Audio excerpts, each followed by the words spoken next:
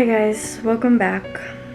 So I have been putting off doing this video for quite some time because I knew it was gonna be really hard to make. So I just wanted to give myself some time in order to talk about it because it's gonna be really hard to talk about.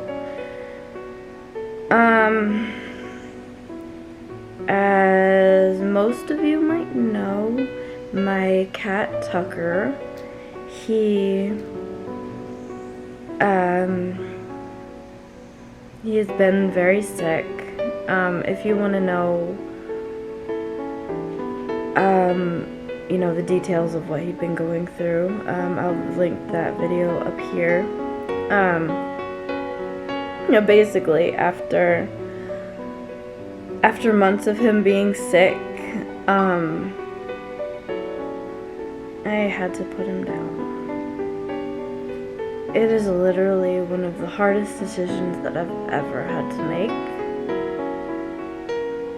I still kind of wonder if it was the right decision at the time. One of my biggest kind of fears in that was if he had more time, would I be taking that away, you know? But I think that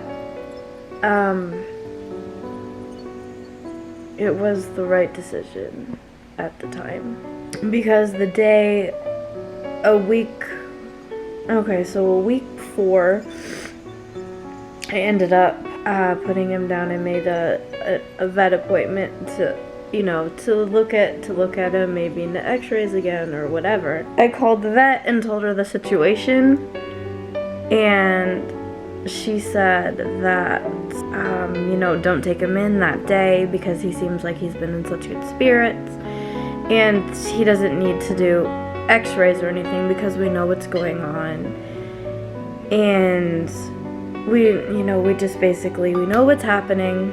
So the day that I made the appointment, that day passed. I would just breathe a sigh of relief. I'm like, okay, good, I can have him for another, for longer, maybe, I could have him for another few weeks or something, and I'm like, well, maybe he could be around for another 2 months or something.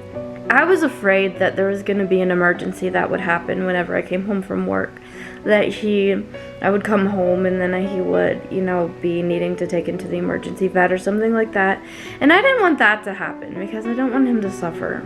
It turned out that I made the decision the very next weekend to put him down because of the troubles that he'd been having. And I didn't want it to turn into a situation where, like I said, I would have to take him to the emergency vet, or for me to come home and find him in a horrible situation. Selfishly, I don't want me to experience that, and I also didn't want him to suffer like that.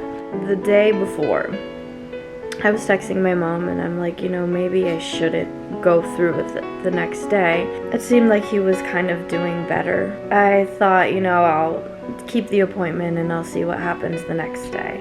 And then, I happened to have an appointment for the morning time, and I was like, well, I don't know if I should actually go through with it. And I looked over at my bedroom, and I saw him in the door, and he was mouth open breathing, and he was like, you could tell that his belly was working really hard to breathe.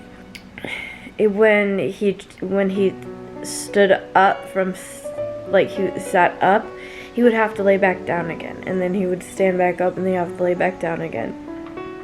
He was trying to go from the bedroom to me, and he would take a couple of feet, and he would lay down to catch his breath, and it's not that far. It's probably like 10 or 15 feet from my bedroom door to the couch. When he finally made it up on my lap, he had to suck his stomach in, he had to suck in through his stomach so much that he was using his whole body to move. and, well, I mean, his whole body was moving, because he was working so hard to breathe. And I had to make the decision right then and there to say, yes, I have to go through with it, even though it's hard, but I have to go through with it, because that's the best for him. And if I try to make it another week, because I have to do it on the weekends because of work, if I made the decision to put it off another week, there may have ended up being an emergency situation that I would have had to watch him go through, that he would have had to go through, and I didn't want that to happen. So I had to make the decision to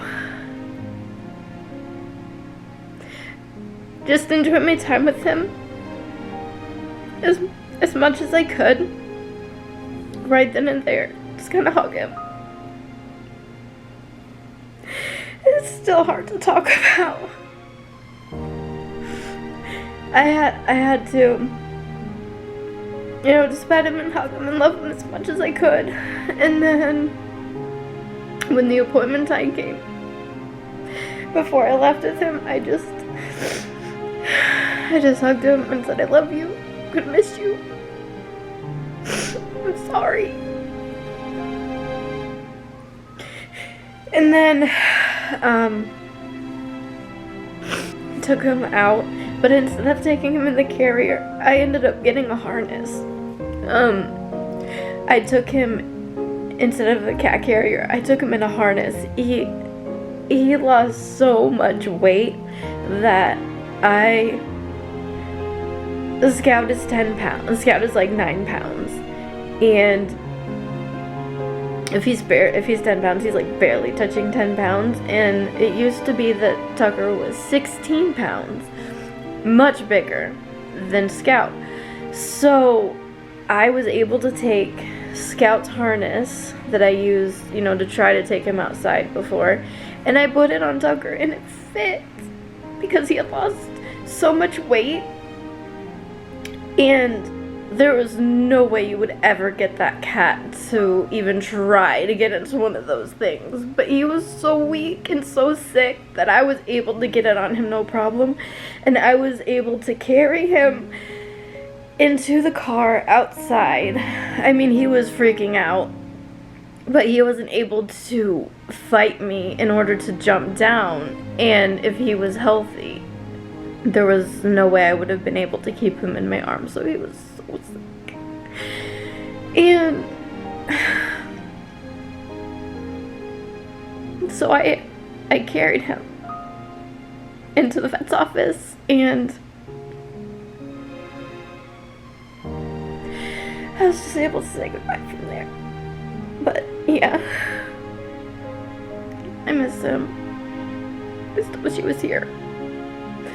It's not fair that you have to say goodbye to your pets. It's just not. It's like, why can't we just keep him forever? He's my first cat, and I'm gonna miss him for like ever. So yeah, that's what happened. So he's no longer around anymore.